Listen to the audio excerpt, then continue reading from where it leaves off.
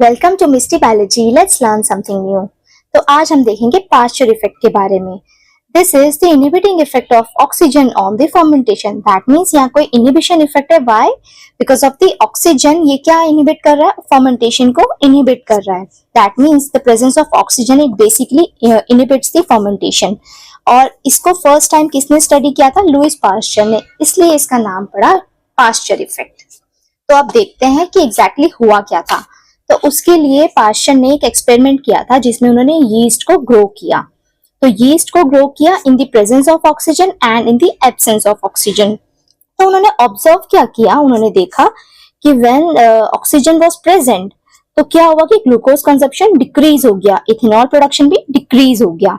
But oxygen के absence में, that means anaerobic growth हुई जब, तो उस टाइम पे क्या हुआ कि ग्लूकोज कंजप्शन इंक्रीज हो गया, इथेनॉल प्रोडक्शन भी इंक्रीज हो गया। तो ये तो एक्सपेरिमेंट था, ये इसका ऑब्जर्वेशन। तो ये ऐसा ऑब्जर्वेशन के पीछे भी कोई साइंस होगी। तो देखते हैं इसके पीछे की साइंस क्या थी। तो उन्होंने क्या देखा कि in the presence of oxygen fermentation नहीं होता है, in the absence of oxygen fermentation हुआ। तो अब देखते हैं बेसिकली फर्मेंटेशन और ऑक्सीजन ये कैसे लिंक है दोनों। तो आप इसमें देखिए, उसके लिए हम पहले देखते हैं एरोबिक ग्लाइकोलिसिस। अब इसमें होता क्या है? एरोबिक में आप सब भूल जाइए यहाँ पर मैं ये देखिए, तो ग्लूकोज का सबसे पहले ग्लाइकोलिसिस होता है, ग्लाइकोलिसिस के बाद ये पायरुवेट बनता है। ये वाली सिचुएशन है एरोबिक ग्लाइकोलिसिस की। दैट मीन्स ऑक्सीजन प्रेजेंट है। अब ऑक्सीजन प्रेजेंट है तो ग्लाइकोलिसिस हुआ, पायरुवेट बना। पायरुवेट के बाद ये क्या किसमें जाएगा?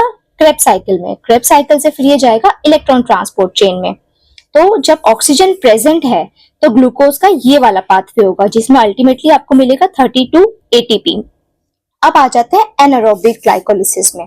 Anaerobic glycolysis means oxygen is absent. That means glucose यहाँ पर में पायरुवेट में कन्वर्ट तो होगा, ग्लाइकोलिसिस नॉर्मल हो जाएगी जहाँ पे 2 एटीपी भी रिलीज होगा। बट अब ऑक्सीजन है ही नहीं, तो ना ये क्रेब्स साइकिल में जाएगा, ना उसके बाद की इलेक्ट्रॉन ट्रांसपोर्ट चेन होगी। तो अल्टीमेटली पायरुवेट का कुछ तो होना है। क्यों बना पायरुवेट? तो पायरुवेट क्या करेगा? फिर पायरुवेट जाएगा लैक्टेट प्रोड्यूस करेगा एंड इथेनॉल बना लेगा। तो इसमें मेनली पायरुवेट का कन्वर्जन हुआ लैक्टेट में एंड इथेनॉल में। तो आपने देखा कि जब ऑक्सीजन है ही नहीं, ऑक्सीजन एब्सेंट है, तो एनारोबिक ग्लाइकोलिसिस में क्या बन रहा है? इथेनॉल प्रोडक्शन हुआ। अब आप यहाँ पे देखो, अल्टीमेटली आपको कितना मिल रहा है? 2 एटीपी ही मिल रहा है। और यहाँ पर मैं देखते हो जब आप एरोबिक ग्लाइकोलिसिस में 32 एटीपी मिल रहा है।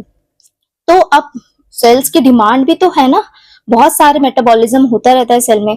तो ऐसे केस में इस एटीपी की डिमांड को पूरा करने के लिए बार बार कई बार ग्लाइकोलिसिस होता रहता है। तो इसी की वजह से ही यहाँ पर में एटीपी जनरेट होता है। दैट मीन्स इतने ही एटीपी को यहाँ जनरेट करने के लिए कई बार इसमें ग्लाइकोलिसिस करना पड़ेगा ताकि वो कई सारा एटीपी मॉलिक्यूल बना पाए। तो इसी वजह से ही ग्लूकोज का कंजप्शन इंक्रीज हो गया।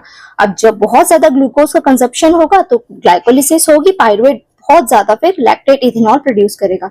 इसीलिए ये हुआ ये था कि इथेनॉल का कंजप्शन, इथेनॉल प्रोडक्शन इंक्रीज हो गया था और ग्लूकोज का कंजप्शन भी इंक्रीज हो गया था। तो यही रीजन है जो फर्मेंटेशन कराता है। तो इसी को ऑब्जर्व किया पास्चर ने and this effect is known as Pasteur effect. I hope you guys understood now. Thank you.